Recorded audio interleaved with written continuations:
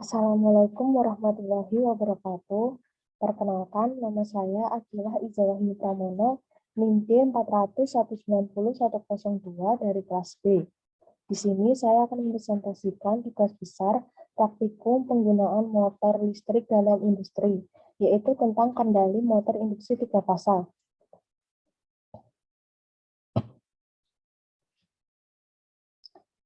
Yang pertama ada alat dan bahan. Alat dan bahan yang pertama adalah laptop atau komputer, yang kedua software MATLAB. Lalu ada dasar teori. Motor induksi adalah salah satu jenis motor listrik yang paling luas pemanfaatannya, baik di industri-industri besar, sedang, maupun yang berskala kecil. Bahkan banyak digunakan untuk menggerakkan alat-alat bantu peralatan rumah tangga. Sebagai penggerak mulai atau prime mover, motor induksi pada pengoperasiannya sering melayani beban yang bervariasi perputaran motor pada mesin arus bolak-balik yang biasa juga disebut dengan motor asinkron ditimbulkan oleh adanya medan putar flux yang berputar yang dihasilkan dalam kumparan statornya setelah kumparan stator dihubungkan dengan sumber tegangan 1 ataupun 3 fasa. Sumber induksi 3 fasa merupakan komponen yang penting dari berbagai industri yang telah banyak digunakan di mesin-mesin industri sebagai penggerak mekanik. Hal ini dikarenakan motor induksi 3 fasa memiliki kelebihan dari segi teknis dan segi ekonomis. Konstruksi sangat kuat dan sederhana, terutama bila motor dengan rotor sangkar. Harganya relatif murah dan kehandalannya tinggi. Efisiensi relatif tinggi pada keadaan normal, tidak ada sikat sehingga rugi gesekan kecil. Serta biaya pemeliharaan yang rendah karena pemeliharaan motor hampir tidak diperlukan. Motor induksi merupakan salah satu medan asinkron mesin asinkronus atau asinkronus motor karena mesin ini beroperasi pada kecepatan di bawah kecepatan sinkron. Kecepatan sinkron sendiri ialah kecepatan rotasi medan magnetik pada mesin. Kecepatan sinkron ini dipengaruhi oleh frekuensi mesin dan banyaknya kutub pada mesin.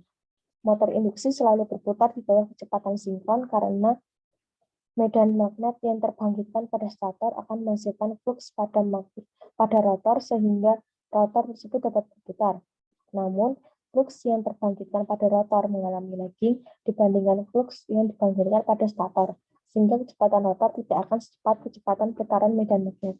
Berdasarkan suplai input yang digunakan terdapat dua jenis motor induksi, yaitu motor induksi 1 fasa dan motor induksi 3 fasa. Namun untuk prinsip kerjanya sendiri, kedua jenis motor induksi tersebut memiliki prinsip kerja yang sama. Yang membedakan dari kedua motor induksi ini ialah motor induksi 1 fasa tidak dapat berputar tanpa bantuan putaran dari luar. Pada awal motor digunakan sehingga motor induksi 3 fasa dapat berputar sendiri tanpa bantuan dari luar. Lalu selanjutnya ada struktur motor induksi. Yang pertama ada rotor. Rotor adalah bagian dari motor listrik atau generator listrik yang berputar pada sumbu rotor. Rotor dihubungkan dengan beban yang akan diperlukan dengan sebuah shaft yang terpasang pada pusat rotor. Yang kedua ada stator. Stator pada motor induksi adalah sama dengan yang dimiliki oleh motor sinkron dan generator sinkron. Konstruksi stator terbuat dari laminasi dari bahan besi silikon dengan ketebalan 4 sampai dengan 5 mm. Dengan dibuat alur sebagai tempat meletakkan belitan atau kumparan. Di sini adalah penampakan dari rotor, dan di sini adalah penampakan dari stator. Selanjutnya ada prinsip kerja. Motor induksi 3 fasa bekerja sebagai berikut. Misalkan kita memiliki sumber AC 3 fasa yang terhubung dengan stator pada motor. Karena stator terhubung dengan sumber AC, maka arus dapat masuk ke stator melalui kumparan stator, sehingga kita hanya melihat satu kumparan stator saja. Sesuai hukum Faraday, apabila terdapat arus yang mengalir pada suatu kabel, maka arus itu dapat menghasilkan flux magnet pada kabel tersebut, di mana arahnya mengikuti kaidah tangan kanan. Setiap fasa dalam kumparan stator akan mengalami hal yang sama karena setiap fasa dialiri arus.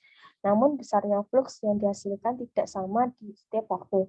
Hal ini disebabkan besarnya arus yang berbeda-beda pada tiap fasa di tiap waktunya. Misalkan fasa-fasa ini diberi nama A, B, dan C. Ada kalanya arus pada fase A maksimum sehingga menghasilkan flux maksimum dan arus fase B tidak mencapai maksimum. Dan ada kalanya arus pada fase B maksimal sehingga menghasilkan flux maksimum dan arus pada fase A tidak mencapai maksimum. Hal ini mengakibatkan flux yang dibangkitkan lebih cenderung pada fase mana yang mengalami kondisi arus paling tinggi. Secara tidak langsung dapat dikatakan bahwa medan magnet yang dibangkitkan juga ikut berputar seiring waktu. Kecepatan putaran medan magnet ini disebut kecepatan sinkron. Sekarang, jika ditinjau kasus rotor sudah dipasang dan kumparan stator sudah dialiri arus, akibat adanya flux pada kumparan stator, maka arus akan terinduksi pada rotor. Anggap rotor dibuat sedemikian sehingga arus dapat mengalir pada rotor, seperti rotor tipe squirrel cage. Akibat munculnya arus pada rotor dan adanya medan magnet pada stator, maka rotor akan berputar mengikuti hukum Lorentz.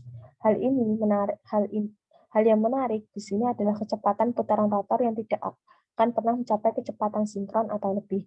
Hal ini disebabkan karena apabila kecepatan sinkron dan rotor sama, maka tidak ada arus yang terinduksi pada rotor sehingga tidak ada gaya yang terjadi pada rotor sesuai dengan hukum Lorentz.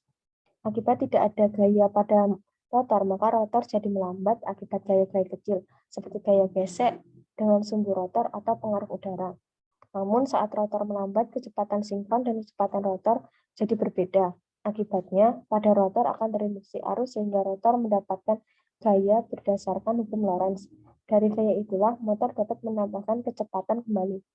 Fenomena perbedaan kecepatan ini dikenal juga sebagai slip.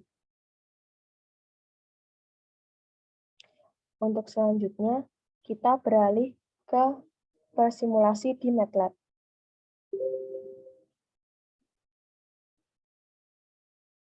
Nah, di sini ada rangkaian dari tugas besar penggunaan motor listrik dalam induksi, yaitu tentang motor induksi.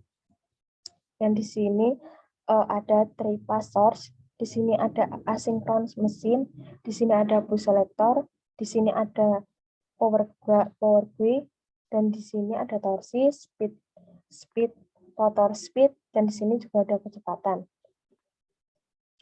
Untuk waktu di sini saya atur 5 detik. Untuk langsung saja percobaannya, yaitu kita run dulu.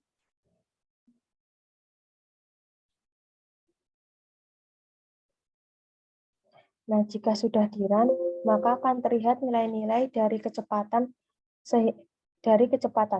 Dan di sini ada grafik antara speed versus torsi, yaitu yang akan naik. Semakin besar torsi, maka akan semakin besar juga kecepatannya.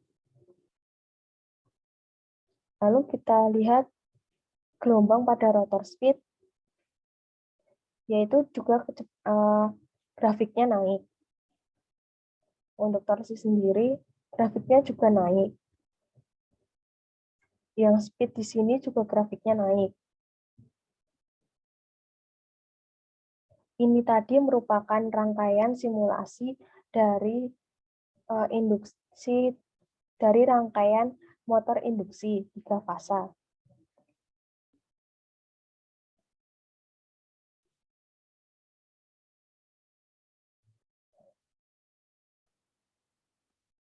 Untuk tadi karena sudah disimulasikan pada MATLAB, di sini analisa simulasi dari hasil simulasi yang digunakan pada motor induksi 3HP untuk saat terjadi gangguan pada tegangan sumber diketahui bahwa adanya gangguan hubung singkat pada sumber akan menyebabkan arus dan torsi Brayton.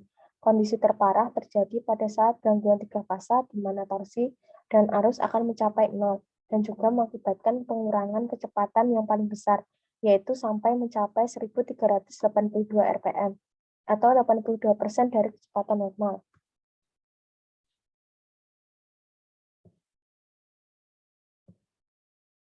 Untuk selanjutnya adalah kesimpulan.